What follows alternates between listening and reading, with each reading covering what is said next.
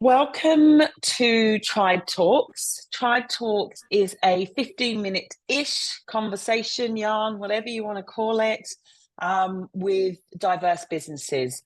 One of the things that I'm very passionate about is bringing diversity and inclusivity to e-commerce. And so Tribe Talks really is a part of that. And I get to speak to some amazing founders and some amazing businesses from all different backgrounds, from all different walks of life, and bring some real colour and flavour to e-commerce. So I'm super grateful and just inspired to have Ashleigh Pengelly here with us.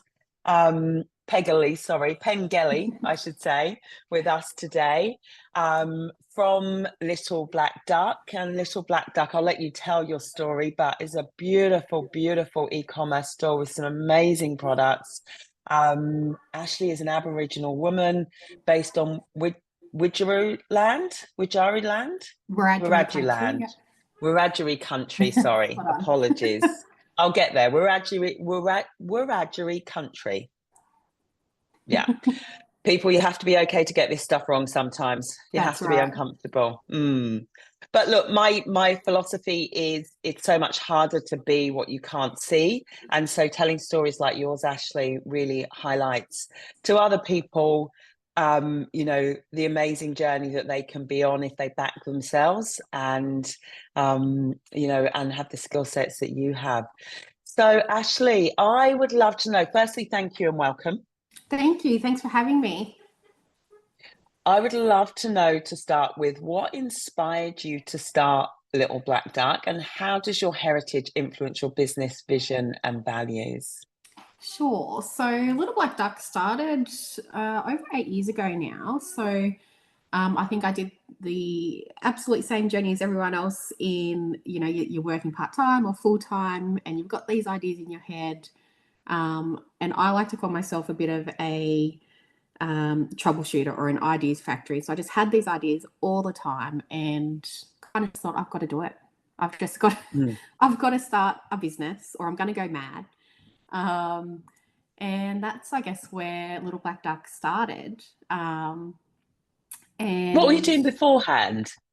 I was a community development worker. So doing different events for the community, different planning. So at the time that it started, I worked for the local government, the local city council here. And then throughout the time after that, I've been at Save the Children, Red Cross, all different places, but always doing that same sort of, same field of work. So moving over from that into a creative, artistic business was a big leap. Completely different. But I still am connected with the community and I still attend a lot of the different things that we're doing here. And I volunteer quite a lot with different community events and things like that. So I was scared to make that leap, to leave kind of that career side of me behind. But yeah, realizing quickly that I could still support my community, even just by being something different as well. And like you said, you can't be what you can't see. So yeah. And did you just wake up one day and go, that's it, I'm making the change? Or was it a gradual process? Pretty quickly, yes. So like I said, I was always part-time in the business, and then I was in a job and I was just like, that's it. I think I'm going to do it. I think I told my boss one day and I was like, I've made the decision. I'm going to take the leap. Otherwise, I'm always going to think, what if, or I'm going to regret not doing it, and strike while the iron's hot, that sort of thing. And yeah, I'd been able to fulfill what I was earning full time with the business, so I could see that I was going to be able to work again anyway. So I was like, let's just give it a shot and take a leap.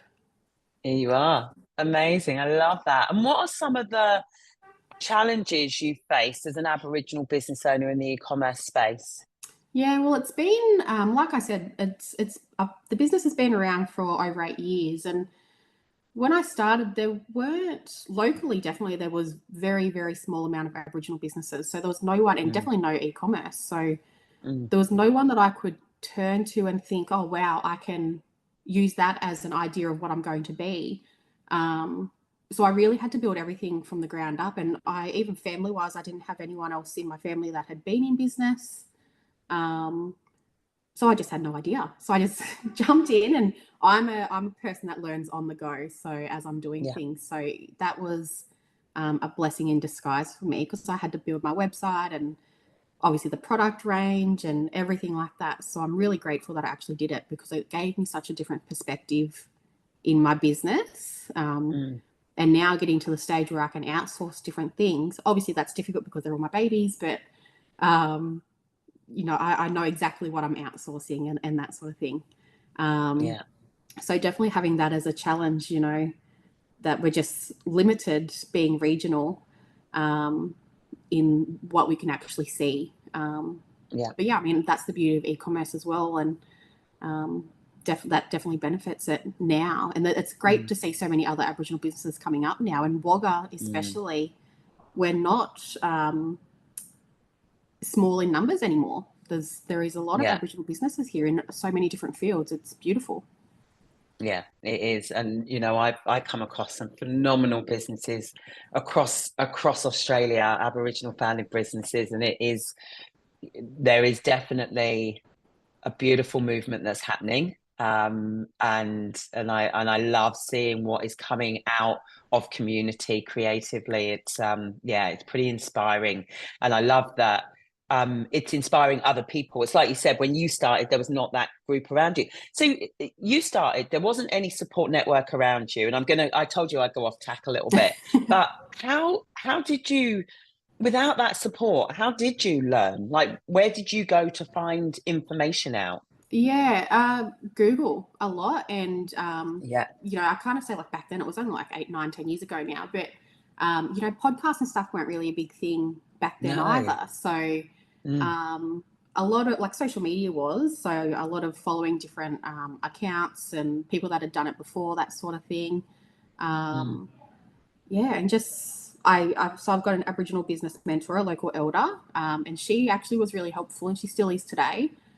She's who I call my business mentor, and to help kind of guide, like one of the best pieces of advice that she gave me. So at the time I was doing my signature hand painted teapots, and she's like, that they're beautiful, they're your signature item, you know, they're going to be priced up here, but you need a bread and butter item. She's like, you know, you need something that people are going to buy every day, all day, every day. And that's where the candles came about as well, and the smaller product ranges that I do. So utilizing people with knowledge like that, and she'd had so many businesses beforehand as well, was really where I was gaining my insights and my knowledge from. And then kind of just watching different shows. It kind of just all came about really organically, and it was a beautiful journey that I took, and I'm really happy that it kind of happened that way. What was your first product that you launched? My very first product was the teapots. Right. And you made that yourself by hand? No, or did you manufacture it? Yeah, so I purchased the teapots and I hand paint them. So I was trying to find ways of actually hand making the teapots myself, but regionally I struggled with that as well. So then I had to settle for sourcing the teapots separately. You know, which obviously is just another challenge of being regional as well, and people not you know, wanting to share that knowledge or that skill with me to be able to make my own teapots. So yeah. Love it. So 8 years on, how's the business going? It's going fantastic, actually. I've been in it full time now for nearly 2 years. And yeah, it's, you know, I had someone ask me. So no more part-time work at all? You don't work for any? No. So I'm in the business full time, and so I've built the house and built the studio into the house, and love working from home. I didn't think I would. But yeah, no, it's going great. I'm probably this close to busting my capacity. So, you know, moving into like a warehouse or something like that. But yeah, no, it's definitely no regrets yet. Still loving it. Love that. And what's some of the marketing strategies you've used to get that growth? Yeah. Obviously, definitely website. I see so many businesses that just don't like they don't understand the beauty of e-commerce and having a website. You know, that it's making you money and stuff while you're sleeping, and getting those eyes, you know, from the metro areas. And then followed closely by social media. Definitely having like a presence on social media is so important. But then my biggest thing is nurturing like your email marketing list. So social media is so important, but for visibility, but then you have to find a way to get them to come across and transfer through to your email list, and then you can really nurture them there. So that's really what I've been working on for the last 12 or so months.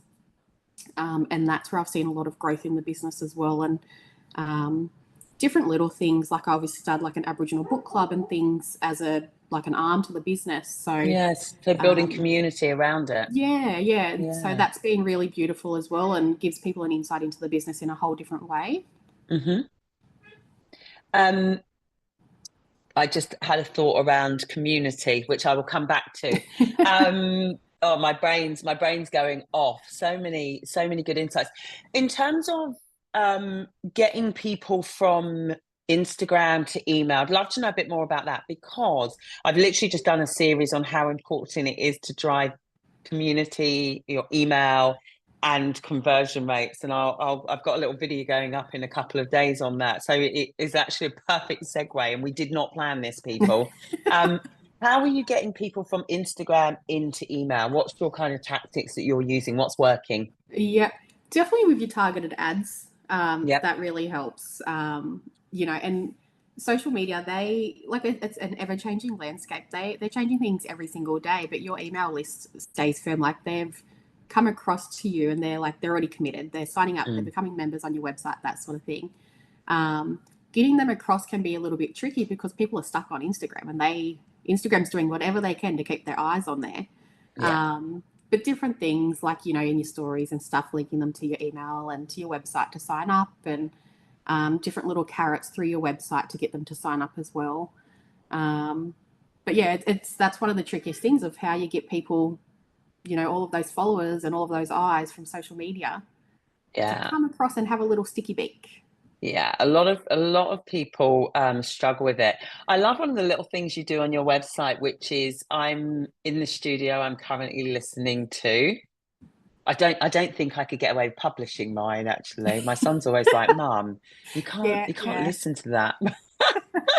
But I get a lot of comments on that as well. Obviously, it's a playlist with a lot of Black singers on there, and there are a lot of the singers that I use, like on my Instagram stories and things like that as well. And that I love doing that sort of stuff, sharing, you know, songs that people might not have heard before, and artists and things as well. So just little things like that make your website a little bit more personal and share a bit more about what you're interested in.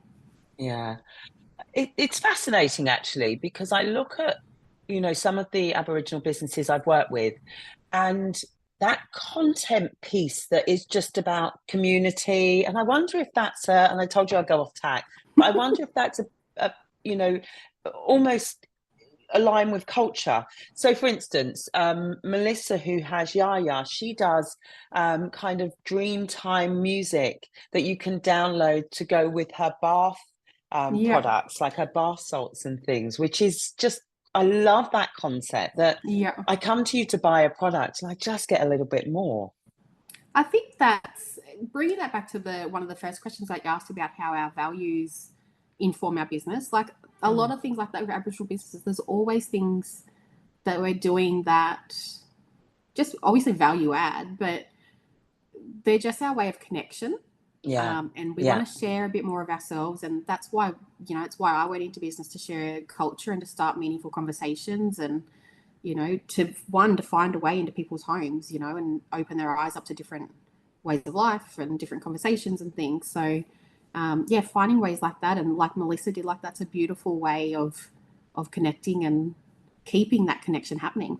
Yeah, it's so interesting because digital is so impersonal, and it's such a void that, you know, we're constantly thinking about ways in which we can create that engagement and the connection. And like you said, it's actually quite simple in that, I mean, it's not simple, you know, it takes effort, but it's simple in that it looks simple. but it's actually just showing them a bit more of you. And by you sharing your music, by you sharing your art, by you sharing, you know, your culture, you're showing them a little bit more about you, which becomes a lot more engaging than just a standard product on a mannequin absolutely. in a shop window, and I or find on an that e-commerce with store. Aboriginal businesses in general, it's, you know, you go onto their websites and then, you know, there's a standard when you do when you build your website, and, you know, it's you've got to keep it professional, tell a little bit about your family, but kind of move on. But not or, too much. Yeah, not too much. Yeah. But I find when you're looking at Aboriginal businesses, it's always so interesting because we just don't stop. We just There's no delineation, right? Yeah. But it's kind of what we do. It's very similar to when you're just in community in general, just having chit chats and yarns. And yeah, I mean, why not continue it on your website? Yeah, I love that. What advice would you give to other entrepreneurs looking to start an e-commerce business? Advice. Definitely, obviously, like I said, have a website. You've got to have a website. Have a presence and a really well thought out, meaningful and well built presence. But definitely have a think if it's for you. Like, I work really hard at creating a work-life balance. So, you know, I've consciously kept my business at a certain stage to know that it's manageable for me and for my family and for my life. And, you know, knowing that if I scale, that there's going to have to be some compromise. And, you know, I'll do that when I'm ready, and, you know, hopefully bricks and mortar store and all that sort of stuff. But yeah, just have a big, long think about if it's for you. Definitely have a think if your brain is anything like mine and you've got all these ideas ticking around up there, just give it a go. There's, you know, you can always return to work. You can always, you know, work for another organization, but have a go at running a business and see if it is for you. Like, there's no failure in saying this isn't for me. But yeah, have fun doing it. Don't stress yourself out so much. It's just a journey. It's just another part of your journey. That's all it is. At what point in the journey did you go, this is a sustainable, like this is something that I don't want to get it to, you know, $50 million tomorrow, but this is sustainable enough for me to leave work? And it's at a point where, at what point in the journey did you get there where you went, I feel like, I don't know if we ever feel like we've arrived, but maybe you felt that feeling of I've arrived. Definitely when I knew that I had to have like there wasn't a certain dollar figure, but just a backup savings. I knew that if I took the leap, that I was going to be okay. I think it was for 12 months that I had to put away. And so definitely working my butt off in the lead up to making the leap, knowing that I had that 12-month security net there. And that let me just go, okay, I've obviously with that security net, you've got some money to invest in different machinery and different things like that. But knowing that, because there's such ebbs and flows in business, and in a creative business as well, like mine, it's, you know, peak spending periods and then there's really lows. So having that security blanket there to get you through those times. But yeah, like that, knowing that I had that, and then knowing that my revenue had reached a certain amount, I knew that I was going to be okay. Like it could only just grow. So once I knew that I reached that amount. That was at around the 5-year mark. Yeah. And I love that, because that's such there's no overnight success stories. No, and the ones that tell you the overnight success stories aren't true. But even if you go viral these days, which, you know, I mean, we're all trying to aim to go viral, but it's so hard. But you still got to have strategies in place, and you still got to have these systems in place. So, you know, aim to go viral, but put these systems in place first. Yeah, love that. So much gold in there. For non-Indigenous people, non-Aboriginal people, non-Indigenous people, what are some of the ways we can provide better support specifically for e-commerce businesses like yours? Probably, well, for a couple of years now, I've put out like an article that is 8 ways to support Black businesses. And in there I discuss things like, you know, like things like black cladding, or business blackface, I call it, is 100% real. And, you know, as non-Aboriginal people, educate yourselves on those sorts of things. Like, Mm. There's so many businesses out there that are pretending, and you see, like, there's a couple that you see all the time. People are like, I'm going to support this business, and it's not it. Like, it's not, Yeah. knowing that there is some frauds out there, and that there's so many other authentic businesses like mine. But things like sharing your platform, like we're doing today, there's magazines out there, there's women's business clubs, women's business groups on Facebook, all these sorts of things. And, they spruik diversity and all this sort of stuff, but then you don't see it reflected in anything that they're posting, or you don't see it reflected in their membership group or anything like that. So just finding ways where you can, walk the walk. And just like, it could be simple things like, if you've got a magazine, make sure at least in every issue that you've got a First Nations perspective in there, or a First Nations interview, or a First Nations photographer, or anything like that. Similarly with podcasts. And then definitely making sure like you're actually shopping with us. Don't just think of Aboriginal business when you're purchasing a piece of art for your lounge room wall. In just about every single field now, there is an Aboriginal business that can provide that service or that product. So kind of thinking of us outside the box. On that. So apart from going to Little Black Duck, of course, where else would you go that gives you a collection of products that is Aboriginal owned, and that you would be able to see, a variety of products? Is there any other websites you would recommend? There's definitely collections. So there's obviously like Supply Nation is a great resource. Then there's places like the Indigenous Chamber of Commerce, places like YAPA. So many different services that are available to, just Googling them in, will pop up all these resources. And then things like on social media, even just hashtag Indigenous business, hashtag Aboriginal business. And we all just pop up. We all use hashtags. We're all on these on these social media. So just kind of, yes, it's easy to just be like, I'm just going to go to that big chain store that's in our main street in all of our towns. But all of the products that you see in there is likely an Aboriginal business that can provide that product in a much more meaningful way. And you can see the impact of those dollars so much more in your community. Yeah. I love that. And I love the 8 ways to support. I will be linking to that. So I'll link to that in this, and then I will also link to that off my website. I could talk to you for hours. I absolutely love and adore your product, your creativity, your story, your absolute determination, and what you have built. And I love that you come with so much honesty. And I know that anyone listening to this will be inspired. And if I wasn't doing what I'm doing, I think I'd just drop everything and start an ecom business myself tomorrow. But I love helping. I'm the back end girl. One other thing that Melissa mentioned a couple of weeks ago that I'm really passionate about is making sure you've also got an acknowledgement on your website, acknowledgement to country on your website. I thought that was a great one from Melissa.